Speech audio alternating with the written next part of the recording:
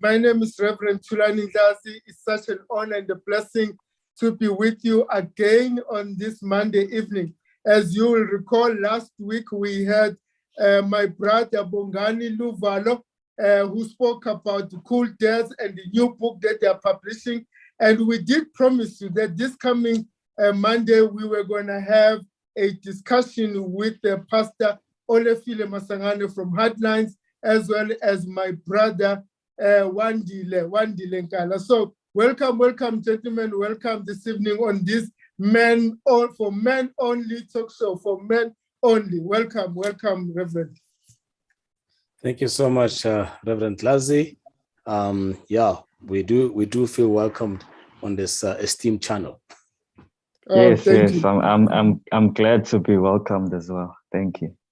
Welcome, gentlemen. So without any further ado, let me just quickly give you my brothers, gentlemen. As you know, there are also sisters who find this show very interesting, even though it is men only, but they want to know what we are talking about.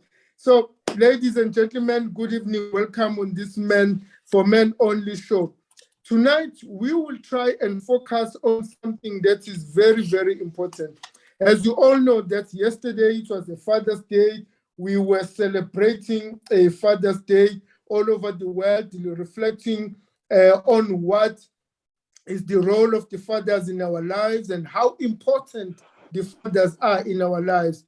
But as we were celebrating, we discovered quite a few things there as well. One, we discovered that some people, they never really had fathers, and due to death and maybe due to just being absent in their children's lives. Some fathers, they were celebrated in spirit because they are in heaven, they are with the angels and God. And other fathers, they were celebrated not because they are really biological fathers, but simply because they are fathers who stepped in, like the stepfathers, the mothers who raised children on their own as single mothers and fathers, the uncles, the brothers, and the sisters.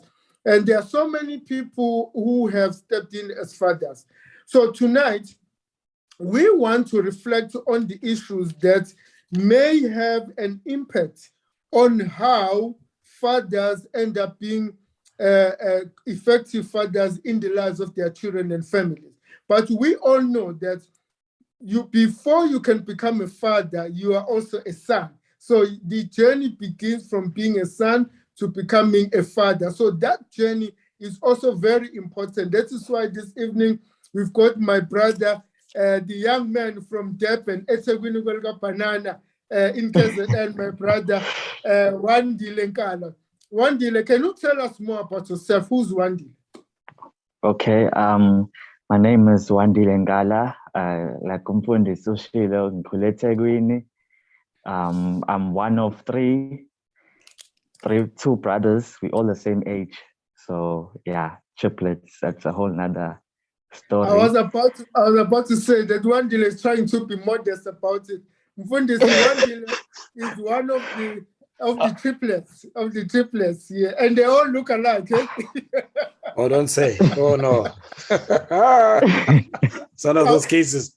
Oh my goodness. I know. Yeah, those are cases. We're gonna have to start asking them to wear name tags now. We're not that bad. We don't look alike. Yeah, you can tell the difference. Yeah, it's easier for you to say that. Easier for them, eh? So, sure. Buddy, how has it been like, my man, to be one of the triplets? What has been the blessing of having two brothers? It basically means I didn't come into this world alone. So my whole life, I always have someone to talk to about my life struggles, because we're literally the same age. So we're going through the same things at the same time. Yeah. So at least it helps to get through certain issues and, at the end of the day, be fine and resolve issues that were outstanding. It's an advantage. Yeah, it's an advantage.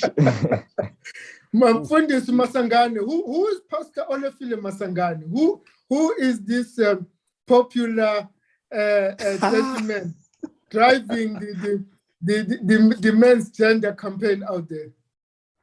Well, Olifile Masangan is born, bred, buttered, sandwiched, and toasted in Lehurutsi Township. Lehurutsi is unknown to a lot of people, but it's a small settlement just outside of Zeerust town in the northwest. That's where I hail from. And yeah, I am the seventh of 7 children. Yeah, I am actually counting myself privileged of having been raised in such a big family. And not just with my immediate siblings, but also cousin brothers who like took over my old lady's 4-roomed house and would pack it out. And that's the kind of background I grew up in. And this is me. I work at Heartlines. I'm a programs manager, doing a lot of work with the church space and different spaces. And this is the kind of work that we are doing, what we're speaking about on this chat around fatherhood and how we promote the active, positive presence of men in the lives of children. So I love the fact that we started with men, not just those who have biological children of their own, but men. And we would actually underestimate the important role that we play in the lives of children, even if those children are not our own biological children. Thank you so much, my brother. Before we go into the discussion for this evening, yesterday was the Father's Day. How was Father's Day for you as a father? For me, I thought you were asking Wandile as a father. Yo, no, I'm not there yet. Yo, I'm still years away. Well, for me as a father, Father's Day was a lovely day. My son made me breakfast. I was already up, so he wanted to actually bring it in bed, but we had to get up and get ready for church because I was busy. I was busy at church, and I was doing a talk around fatherhood. Actually, it was a workshop, moral workshop, and a discussion around the work that we are doing with churches. So I got breakfast. I got a nice picture from my daughter that she took at school, and they put it together and say, "You're out of this world." So that was Father's Day for me. Kind of heartwarming, because I wish I could have done that for my dad, but I don't, unfortunately, never had that connection with Itaima, but my kids are having that privilege, and for me to be at the receiving end of these gifts, it's incredible. I'm like, sure. Why are you denying yourself this incredible opportunity? Why? But anyway, that was Father's Day. That's gonna change the narrative. Absolutely, Mfundis. Absolutely. Wandile, how was Father's Day yesterday for you now as a son? As a son, it was okay. I mean, first I had to start at church, obviously, so I had to leave my dad at home. But when we came back, we prepared a nice lunch, normal lunch for him specifically, just to enjoy for himself. And then Nami as a son, Yambongela for, Unkulisa to this point, because I'm 23 years old now. Wow. So I'm at a point now where I was so even though but I do try to connect with him. So that's on my side. No, it was a good day. It was a good day. So he's a proud father. Yes, he's a proud father. Because all of us, we're done studying. So next step is to look for jobs and be our own men. That's good, go and make that money. Go and make that money. We need young men who are working hard. We'll talk more about that. So on that note, Wandile, can you please share with us? A lot of young men at your age. You said you're 23, right? Yes. A lot of young men at your age and your other two brothers, they some of them, not all of them, but some of them, they found it difficult to make it to 23. because of all sorts of challenges in life and not, being sure what directions to make and what decisions to make. What would you say your life journey so far has been, and what has helped you to stay focused in life? Because at 23, you have already completed your first degree or your tertiary studies. Yes. It will have required a lot of focus. And I'm saying focus because besides the remote that gives us more options when we watch TV, because these days I always say the generations of today, they've got options. When they watch TV, if they don't like this channel, they flip to other channels until they find the one they like. So even life in general is like that. You see, there are many options in life. You can choose not to focus, you can choose to focus. You can choose you can choose to work hard. You can choose to go for entertainment, or you can choose to study until you finish. So what has helped you as a young man to stay focused? It's not easy because I'm a 99 baby, so I'm basically a 2K anyway. So teenage, too much. We want to drink, we want to party, do all of those things at a young age. Still as high school already, I had friends doing that, but I chose not to do that. So I think it just depends. Okay, ufunani, and take it from there and be simple and be yourself. Because at the end of the day, it's your life. Someone can try and influence you, but you make the decisions in your life. So I just chose to just stay focused, finish my matric, get my degree, and even now I'm doing my honors. So just stay focused and be yourself.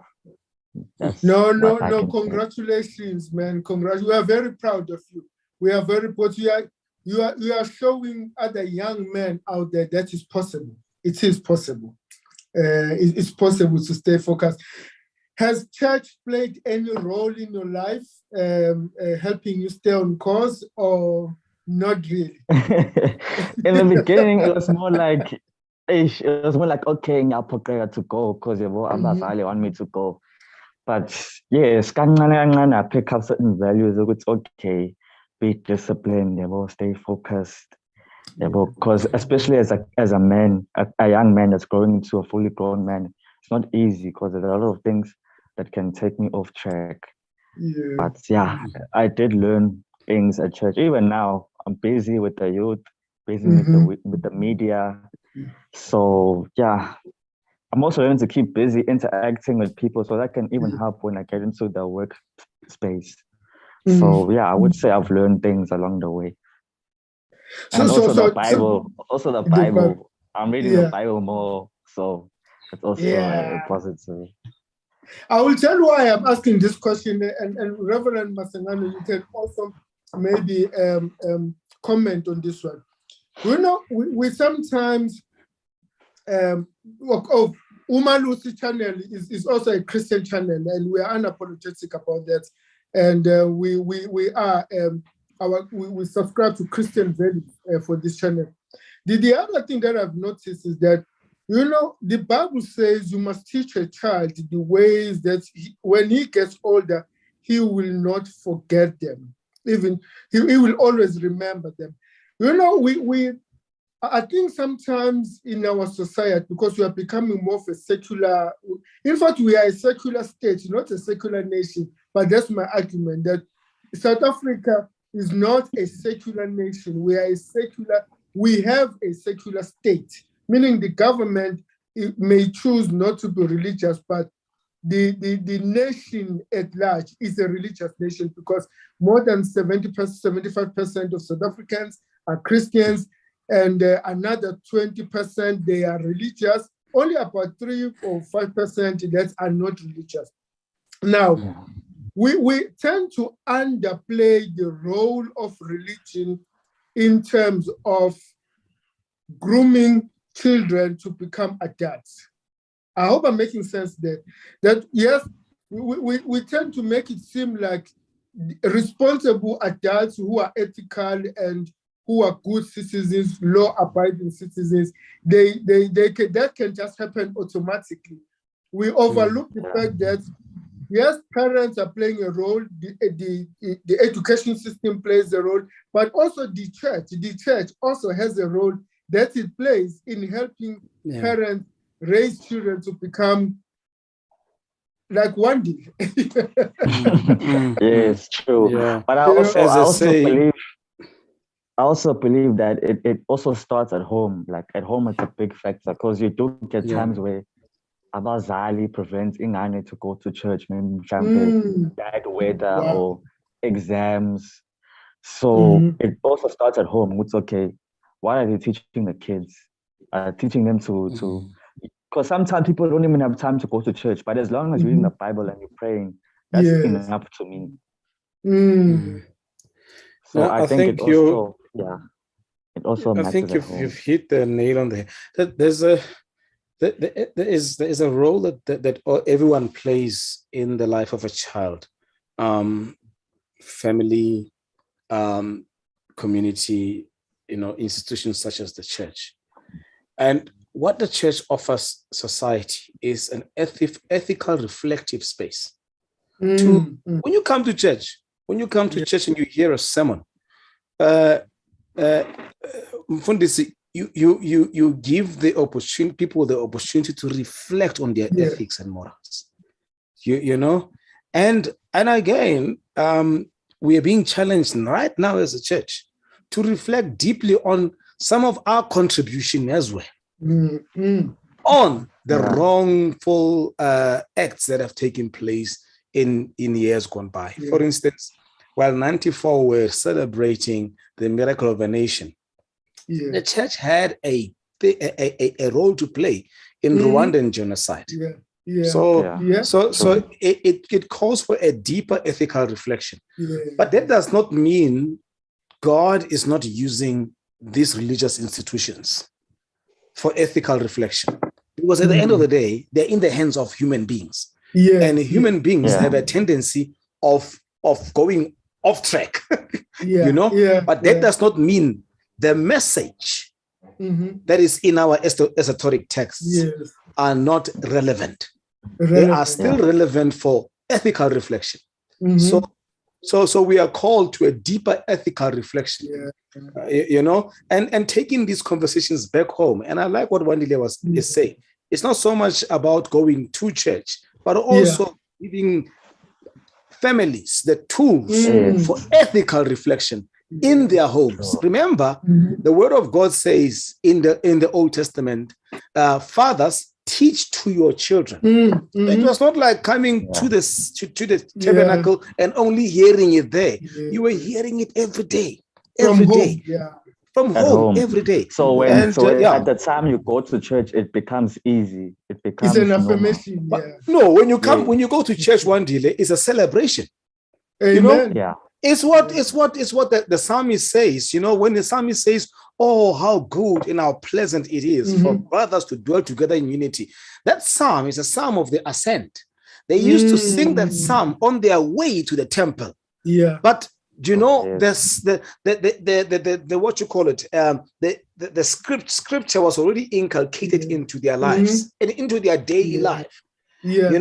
So that is why the practice of Shabbat becomes a lived experience. Not just for I'm going to church and I'm only thinking about God on Sunday. That's why Sabbath is about pausing and saying, when you need him. Or when you need or when you need God. Exactly. So that is the role of the church. We don't only come to church because we have found ourselves in trouble somewhere. Things went wrong. Now we come to church. We must always be in church so that there is this regular reflection on our lives and our values on regular basis. And also, can I step in there? A little bit, just a little bit. I know we need to move on, but let's take that proverb, for instance, that you quoted about train the child. Remember, it says train the child on the way he should go, and he will not depart from it. Yes. Oftentimes, and for a long time, I thought it meant taking the child to church, but it says train. Training it speaks to skilling, upskilling the child. Yes. So skill talks to hard skills. For instance, one dealer here could actually attest his work ethic to the grooming at home. Train the child. So that when he is older, he will not depart from it. So the public is practical. It's very practical. So for instance, if my father is a mechanic, he can teach me about how to actually fix cars so that when I grow older, I won't depart from it. It's as simple as that. And speaking of training and service, you and your son are in the music ministry in your local church, am I right? Can you tell us a little bit more about this? Yeah. You know, in this campaign of Heartlands, we speak about the first 1,000 days. And the first 1,000 days is conception right up until 2.5 years. The father needs to be involved in the child in the first 1,000 days of the child. So when the baby is in the mother's womb, when the three of you were in your mother's womb, you know, your dad's role was very important. You know, you know, touching your mother's womb, speaking to the three of you when you were in your mother's womb. There is a connection there. There's a connection. There's a father, son or daughter connection from that those early ages. So early stages.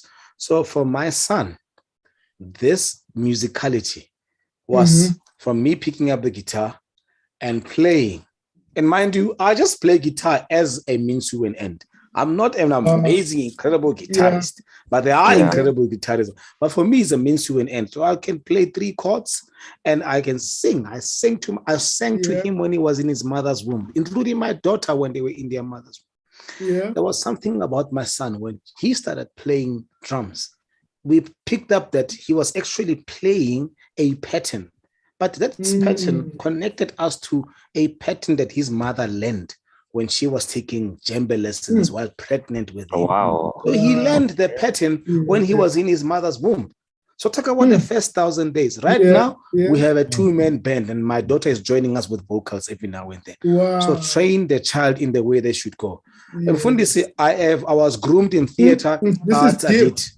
I did speech and drama, and not once did I say to my son, you must do drama, you must learn how to act, you must, you know. But I've seen the passion for Broadway acting growing in him, and he knows a lot about these directors and this musicals. He knows more than I do, and I was like, where does this love come from?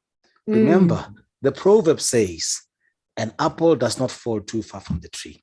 Amen. So oftentimes we say children must go and discover their own thing. They must go and discover their own passion. But there is something about you, Wandile, that you are currently passionate about. If you look at your family and the makeup of your family, there is definitely one thing that connects you to your dad or your mom or whatever. So I'll put it there. There's that our connection to our children is incredibly it's very important. So what's your connection, Wendy?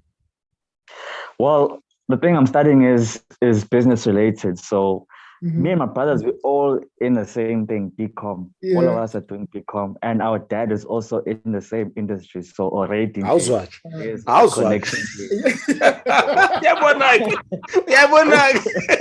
And was there? And he didn't impose this upon you. Did he impose it? He didn't.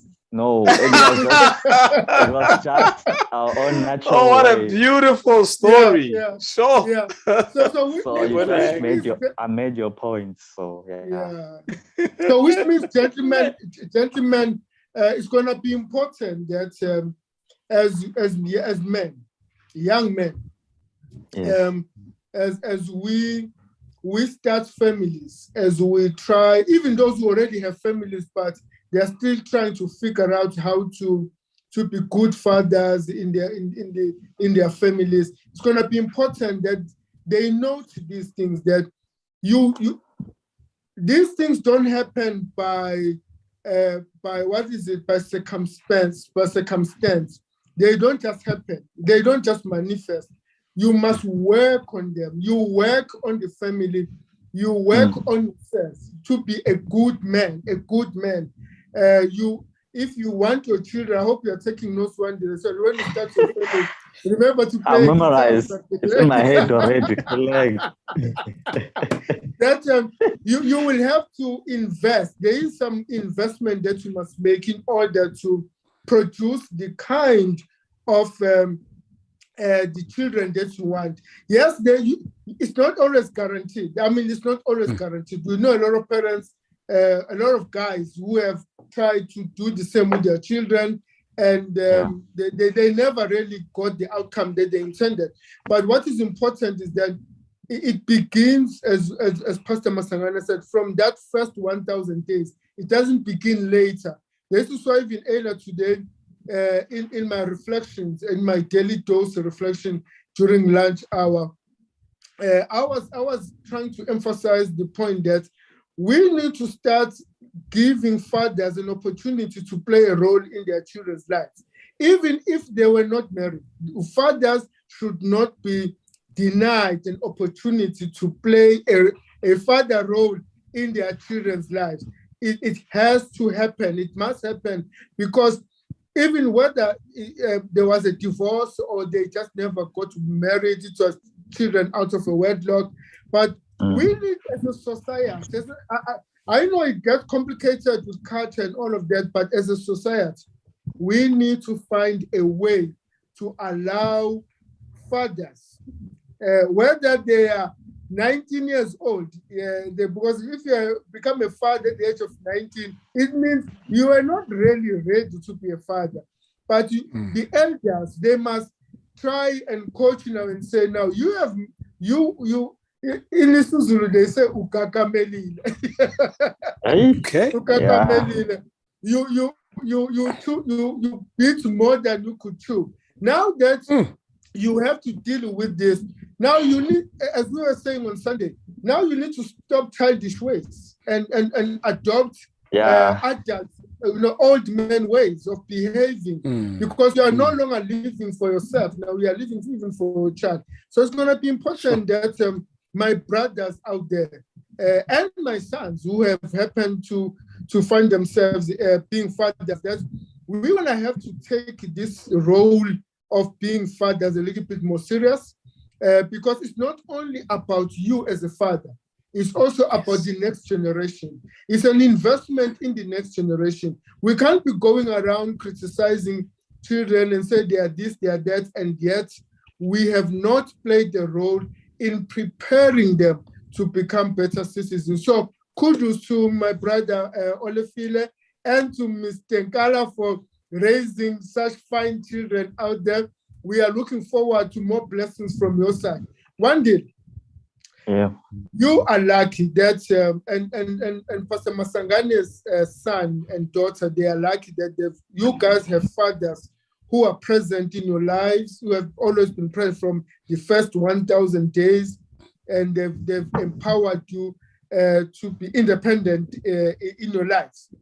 Now, but there's quite a lot of young people out there, young men, I'm talking about young men now, who are struggling. And I'll give you a background, both of you gentlemen, about what I'm about to share.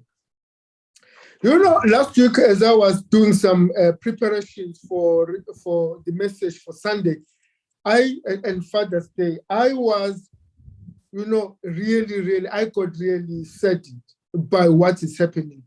And I was asking myself, how come we don't pay attention to these things? There are many other challenges, but some of the things that I picked up is that, one, there's quite about 750,000 dropouts every year from high school. But between the time people register for grade 1 up to the time they write matric, there's quite a lot of people drop out. I think about 750,000. That's a lot. And the majority of those dropouts are boys, not girls.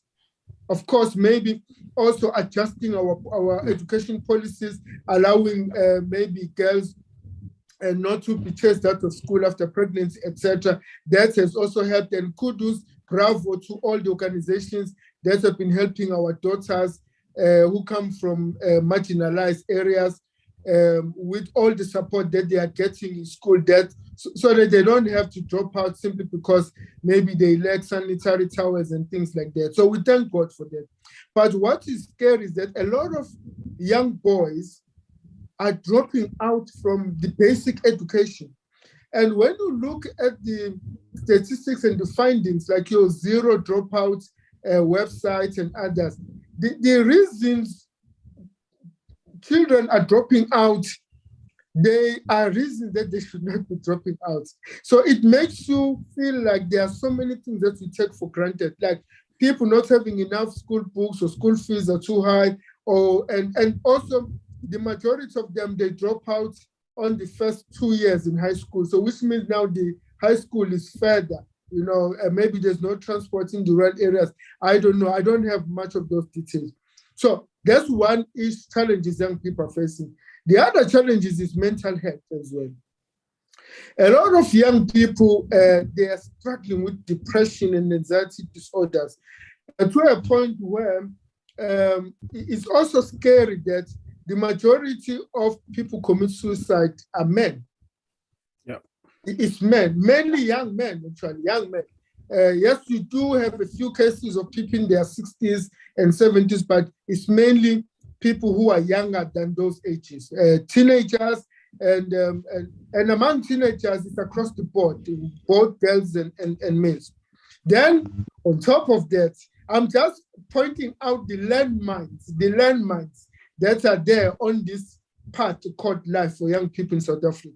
Then, on top of that, you have your challenges of drugs, and where it's not easy to resist drugs. There's alcohol; it's not easy to resist alcohol, and there's also pornography, which also leads to sexual to promiscuity. Young people doing things that they should be waiting to do later in life. Now, all these challenges, and bullying in school. There's also been bullying. Maybe one day I will ask. I will need you maybe to give us an idea, because you've got a fresh experience in this one. You've just gone through school. What message of hope as a young man who have just gone through these landmines and made it to the other side? What message of hope you can give a young person out there, maybe who's watching us on YouTube, who's saying, yeah, I hear these guys talking, but hey, they don't know my situation. My situation is really tough. I'm struggling here. Another young man out there who's struggling, what message of hope that we can give them?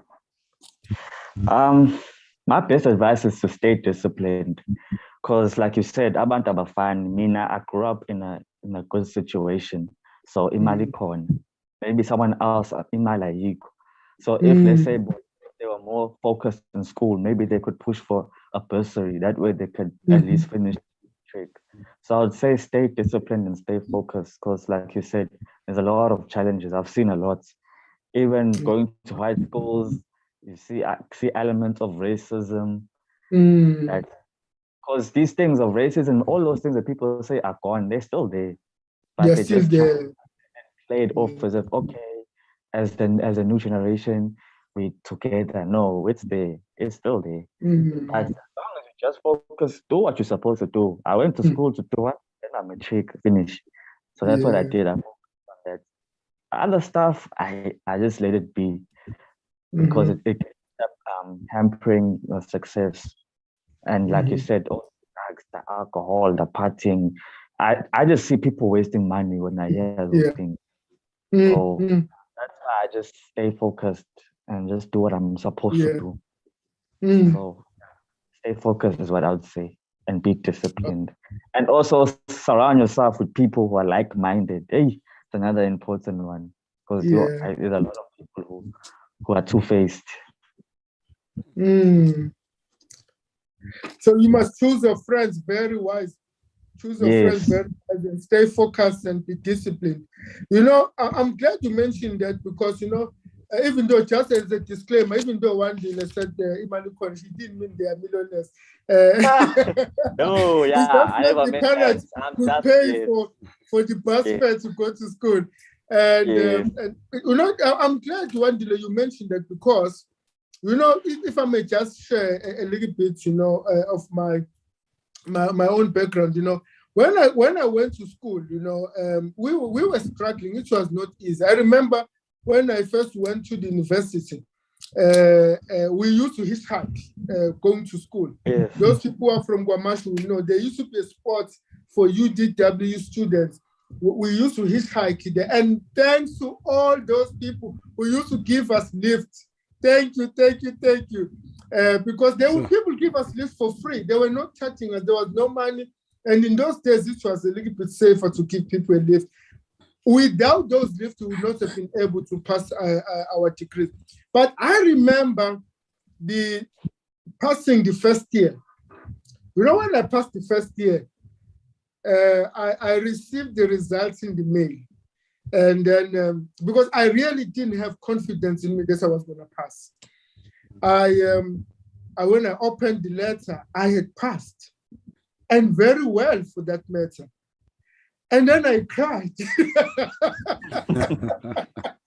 I cried, I literally cried, I cried, I was like, oh my goodness, I cried. I was so happy, just to realize that a little bit of focus, just for 10 months, it helped me to pass the first year at university. And our first year was very tough, Like I've said, the breadwinner in our family who was supposed to pay for my studies, he had died the year before. And I even had a friend who was from Angola, Reverend Dr. Luciano Tangerela Tianek. He's one of the greatest theologians, and he's actually spearheading Southern Africa PPV for World Council of Churches now. A very good friend of mine. And he used to sleep on the passage at UDW because he didn't have accommodation. And he had straight A's first year. What I'm saying is, what you've just shared, Wandile, I hope any young man out there who's struggling, who maybe doesn't even have food to eat, I just want to remember what Wandile said. Stay focused and be disciplined. It's only a matter of few years. It's not going to be easy, but stay focused, because that little bit of focus and discipline will, after you have graduated, it can transform your life completely. You have to find it inside to be disciplined and stay focused, and just pray and ask God to help you, young men, that, always remember what Wandile said. Stay focused and be disciplined. You know what you want in life. Don't let temporary pleasure take away your long-term satisfaction and comfort. The Les Brown, one of the international motivational speakers and leadership coaches, he once said something along the lines of, you must do the things now that other people are not willing to do in order to have things later that other people will not have. Yeah. Yep. You must do the things now that other people are not willing to do, so that in the future you can have things that other people won't have. So it's going to be important that, I know it's very hard, but Wandile, you nailed it, my brother. Stay focused, stay disciplined, because it's only after you have trained yourself to be disciplined and you have empowered yourself that you can be able to even change the social ills in our society. But you won't be able to do that until you have achieved your academic. Baba Masangani, anyway, you work a lot with men. We're going to talk about Father's Matter just now.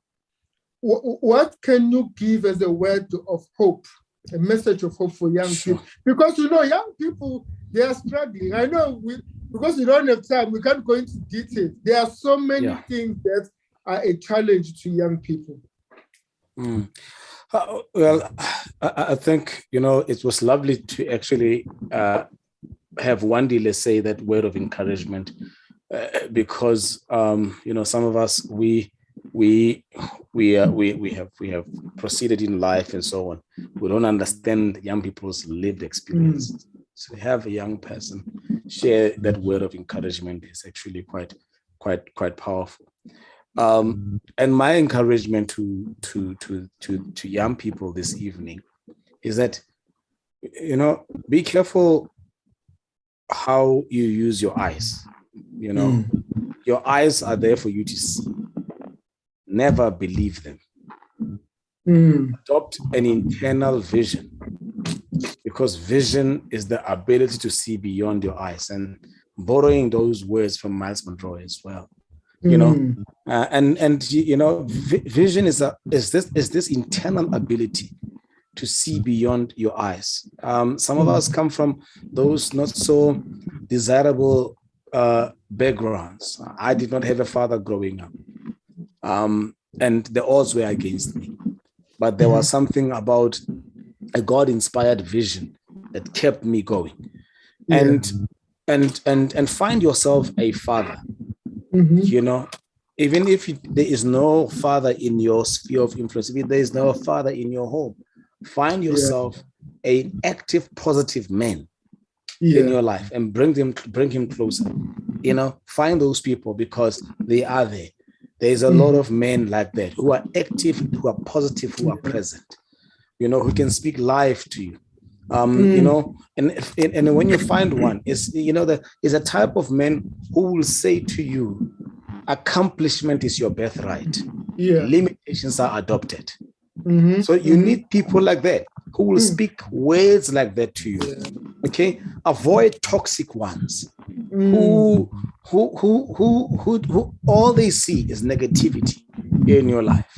Okay, yes, you need men who will come in and give you a scolding, not in a literal way, but who will actually tell you bluntly that, you've gone off the rails here. Come back to line. Okay, you need those type of encouragements, and you need those type of men in our lives. But they must be active, they must be positive, but they must be present. And that would be my encouragement for this. Thank you so much. As we're about to talk about Fathers Matter, someone will say, it's all well and good what these gentlemen are saying, but not all of us have fathers, like Pastor Masangani's son, or one day who's got a father. So how can I get someone who can guide me in life? In that case, because also one dealer mentioned something very important, which I thought was also a solution there, that you must choose your company very carefully, because your company can build you or can destroy you. But besides choosing your company, what else can you do? It just depends. You can even get company through church, through all levels of life. Primary school, maybe as a teacher you connect with, high school or university, same sort of thing. Maybe in a workplace, maybe even a so areas. It doesn't just have to be at home only. Your mother's side, let's say I have a father, right? But let's say maybe my mother isn't doing me justice. Let's just say it like that. Maybe I could look at maybe my mother's brother, for example. So it doesn't, because there are fathers who are there, but they're not playing the properly. So it depends. So it depends. Umuntu ukuthi okay, isimo sinjani. But so it's possible people must throw their nets wider and not only limit themselves and say, I'm here at home, we grew up without a father figure. You can find father figures, because also, but being a father is not what you call, it doesn't have to be a biological father. Anyone who can play a father figure in your life, because being a father is someone who takes a responsibility to mentor you and keep you on track, as Pastor Masangane said. Someone who can be able to tell when you do wrong someone who can give you the advice and you can trust their advice, someone who can say, now you need to improve. You are slowing down in life. You need to improve and do more. People can encourage to motivate you, and people you can look up to. People, that's when you look at them, you say, hey, one day I want to be like a gentleman. I want to be like Uncle so-and-so. I want to be like Sir so-and-so. Maybe it's a teacher in school, or even your grandfather. There's some grandfathers who are still playing father role in the lives of the children. So thank you so much for that. Pastor Masangani, let's talk about Father's Matter. What is Father's Matter all about? Well, as said earlier, we are on a campaign trail here to mobilize men to be actively and positively present in the lives of children. So it's not just about fathers who have children of their own, but any man, including Wandile. At the age of 23, do you know that Wandile, there are young people who are looking up to you? I often say to young adults, influence is not a choice. You are influencing whether you like it or not. So there is an innate capability that God has actually put in a man, you know, to somehow bring order to and I think we have actually neglected our role. And as society has progressed over the years, problems in our communities began to grow and grow and grow and grow. So we are mobilizing men to play an active and positively present role in the lives of children. And some of the things that you have mentioned, the risk factors are attached to the absent father figures and fathers and father figures in the lives of children is drug and alcohol abuse. It is violence, and including GBV. It is social issues, and it is teenage pregnancy, and it is mental health issues. When a father is not present, these are the results of the absence. But it's only a risk factor, just as smoking is a risk factor. This is only a risk factor. It is not a sentence. It's not a sentence, because some of us here I've been raised in a single parent home. Our mothers played an amazing role. Okoko played an incredible role. Here we are, we're still standing. But you know what? The social fathers took their place, and they took their role, and they came in, they stepped in a nick of time. Who are those social fathers? Pastors, youth leaders. That's why I'm roping this young man in, because as a youth leader, you're playing a fatherly role. Never underestimate that. A soccer coach, a karate sensei, a drama tutor. The list is endless, of these people who step in and occupy the space. The church becomes a very critical space. I said earlier, ethical reflection, but also we can actually provide a space for healing of a father wound that is actually there in a lot of our lives. Some of us are struggling with the father wound. There are young people who've grown up in a family where there's both mother and father, but the father was there, but not present. He was there, present physically, but not there psychologically and emotionally. There was no attachment. A lot of us don't know the touch of a father. They don't know what it is to actually hear your father say, "I love you." So there are those dynamics as well. So the church plays a very important role in creating a space where people can actually heal from a father wound. But there's also a mother wound. Mothers also can actually whisper negative words about the children's father. Some of us have grown up being told, "Ubabako, who is Dago? Ubabako, he's a thug, he will kill you, don't go to him." Those type of negative connotations and negative labels attached to our dads. So there's a lot of healing that needs to take place. Church can catch these emotions. The church can create a space for our, a healing process to take place, among us. So this conversation is not just for us as men. It is for both men and women. It is actually intergenerational as well. Young people need to have this conversation. So lastly, Mfundis, we are going to have these 6 films that are going to be on SABC2 on the 17th of September. From the 17th of September, about 6 films, and these are standalone films profiling fathers in different settings. So we're excited to actually have those films on SABC2 and 3. Oh, nice. Coming in this coming September. Yeah. And this is the campaign. There's no stopping a movement that is in motion. Yeah. And those who are joining us on YouTube, we will be posting Pastor Masangane's contact details. Well, not really personal, but contact details for Heartlines on Umalusi on Facebook, as well as on our Berea Congregational Church Facebook page and Instagram platform, so that in case you want to connect with Heartlines and follow them, what they are doing, you can learn more about it. Because Heartlines, you also provide most of your programs are free. You partner with churches. Can you tell us more about that? How you partner with churches in bringing programs such as Fathers Matter to help young men get prepared to be fathers, and also helping fathers to become better fathers.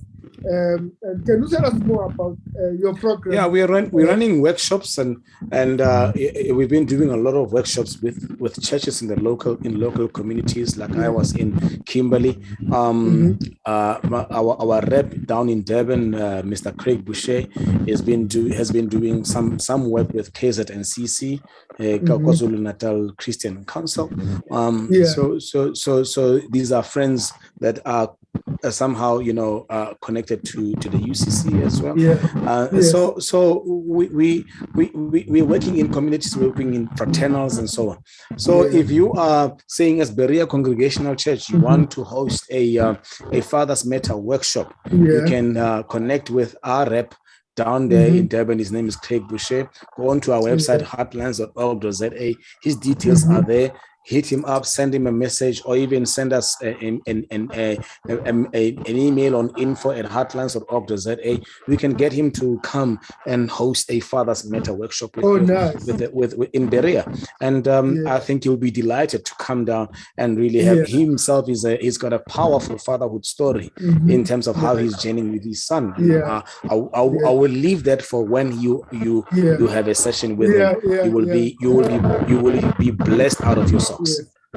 Oh no, thank you so much, and I'm very excited, to be honest, because we have been fighting against gender-based violence and gender inequalities, and been fighting against toxic masculinities, and there's been always a concern that yes, we are identifying these crises, but there's not much that is done in terms of countering them. If we say there's toxic masculinity, what are we doing to counter that? If we're saying there are gender inequalities, what are we doing to counter that? So I'm very glad to hear that there are so many men out there who are in programs that are available to help men reclaim their priestly roles in our societies, in their families, in the churches, and helping each other, learn from each other. I'm also excited about this new attitude that we as progressive men have adopted of learning from each other. But like right now, as we are having this conversation, we've got different generations, and there is wisdom that is being shared intergenerationally. So it's a good thing that we can be able to learn from each other. I think the momentum is growing. Last week, Monday, as you saw in the beginning with that prelude, we had Luvalo from Cool Dads sharing a story about how Cool Dads Foundation was started and the things that they are doing. Yesterday, they launched the book, A Father, a Stranger. The previous Monday, we had Bishop Nkunu from Men on Track. I also encourage people to check them out on social media. They've got very live Facebook page, Men on Track. So there has been a momentum that is picking up the pace of men, responsible men, trying to make a difference in the society. So I am very happy. I think there is future because for a long time, that role has been neglected. Now, maybe before we close off, may I just check with you, Fundisi and Bandile, that based on your on all that we have discussed, yes, we have said that we must choose the right part, people can be role models, etc. But what else that you may say that we didn't touch on? Is there anything that maybe you would recommend that, say, Wandile from your side? It could be for young men or older men, the thing that you would say, you know, in order for a man to be able to navigate in this field that is full of landmines, what advice would you just share, say, for young men out there, or even older men like us, you know? But don't forget, I'm still young at heart.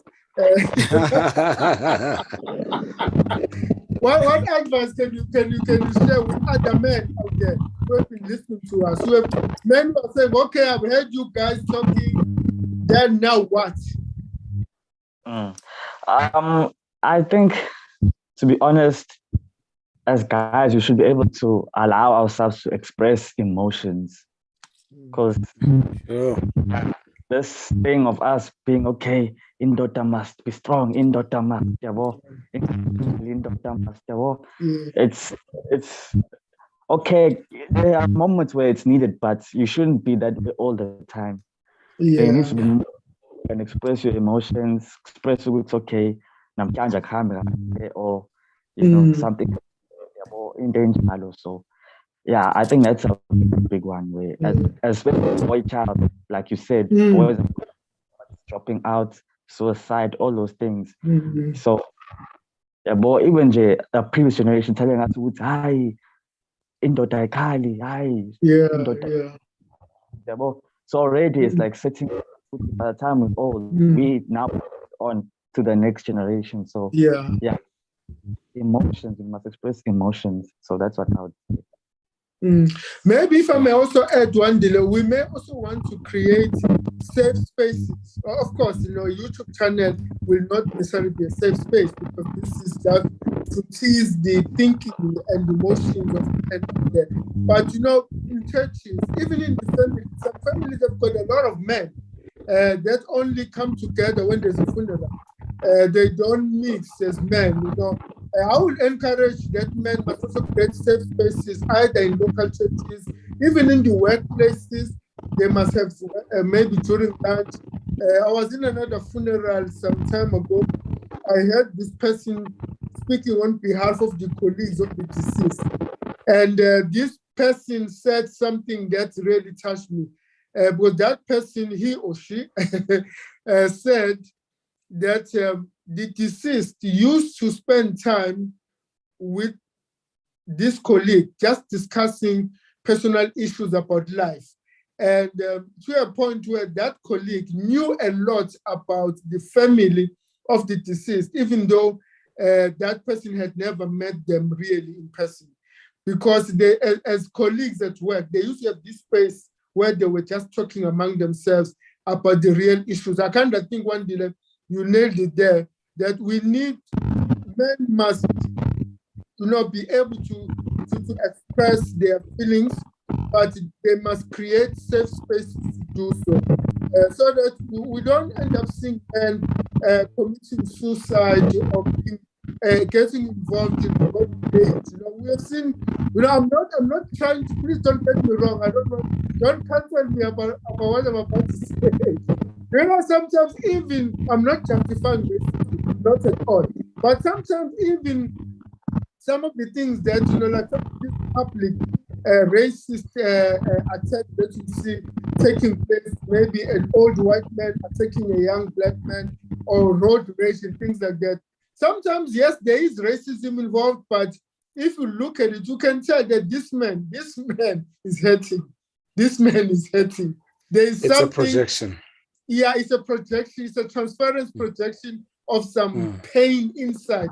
Like what Will Smith did. Like what Will Smith did at the Oscar. On a night that could have been one of his greatest nights ever in his entire life. And the Black community, gentlemen, he messed it up. And some people were not diagnosing it, but some people are saying this was a reflection of a pain inside him. So one day, what you just said is a word of wisdom. Men, please talk about your emotions. If you are hurting, find a friend, an uncle, a pastor, an imam, if you're a Muslim, or someone who that you can speak with, a principal, whoever, a coach, that you can share with them what you are going through, and don't let things bottle up until you have an outburst, because by that you might do something that you will regret for the rest of your life. Sure. Fundis, in your closing, what can you say out there for men? I think just to build on your points there about emotional,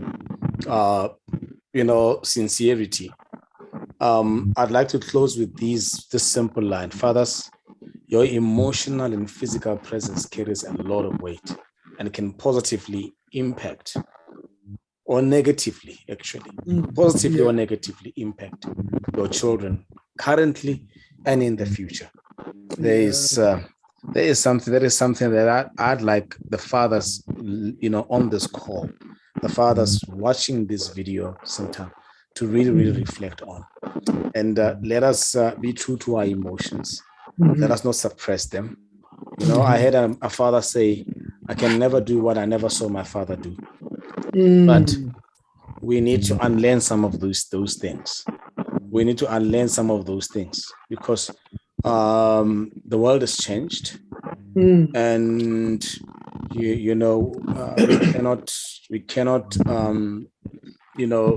abandon our responsibility. Yes. We have to get back to the what you call it, step up to the plate and be counted, as it were, as men and as fathers, fathers and men who are watching this video. Let's step up and be counted. Yeah, that will be my encouragement. Thank you so much. Thank you, sir. Thank you, sir. One day, let's take us to the future. You are the future father. Take us to the future. Last word of encouragement. Just be yourself, like, honestly. Be yourself. Be disciplined, do the right thing. So you know what's right and what's wrong. So just be yourself and do. And yeah. Gentlemen, you heard the men have spoken. The men of wisdom have spoken. Be disciplined, be yourself. Don't have emotions, share your emotions. Gentlemen out there, try and deal with all the issues. The challenges we have gone through in life, they are not an excuse for us not to do the right thing or to do right with our children and the next generation. Yes, there might be mother wound, there might be father wound.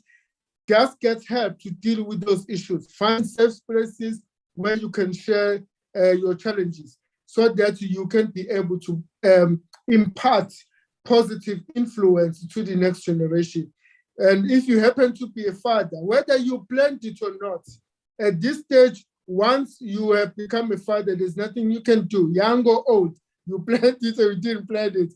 You remember your father role begins from the first 1,000 days of your child from conception, as Pastor Masangane mentioned. If you have missed those opportunities, it's never too late to play a role in your children. And remember, even whether you are a biological father or not, but all men, you have an innate influence that God has given you that you can play in terms of influencing the next generation. And of course, we do these things in partnership with the women in our lives. So in that conclusion, God is good all the time, and all the time God is good.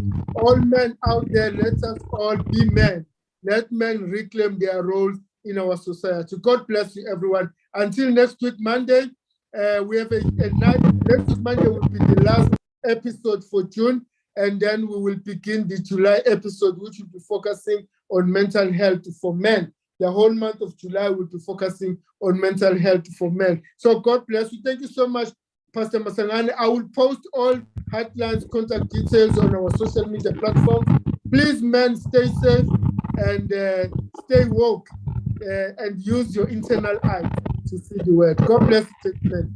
Thank you very much. Thank you so much for this. God bless. Thank you.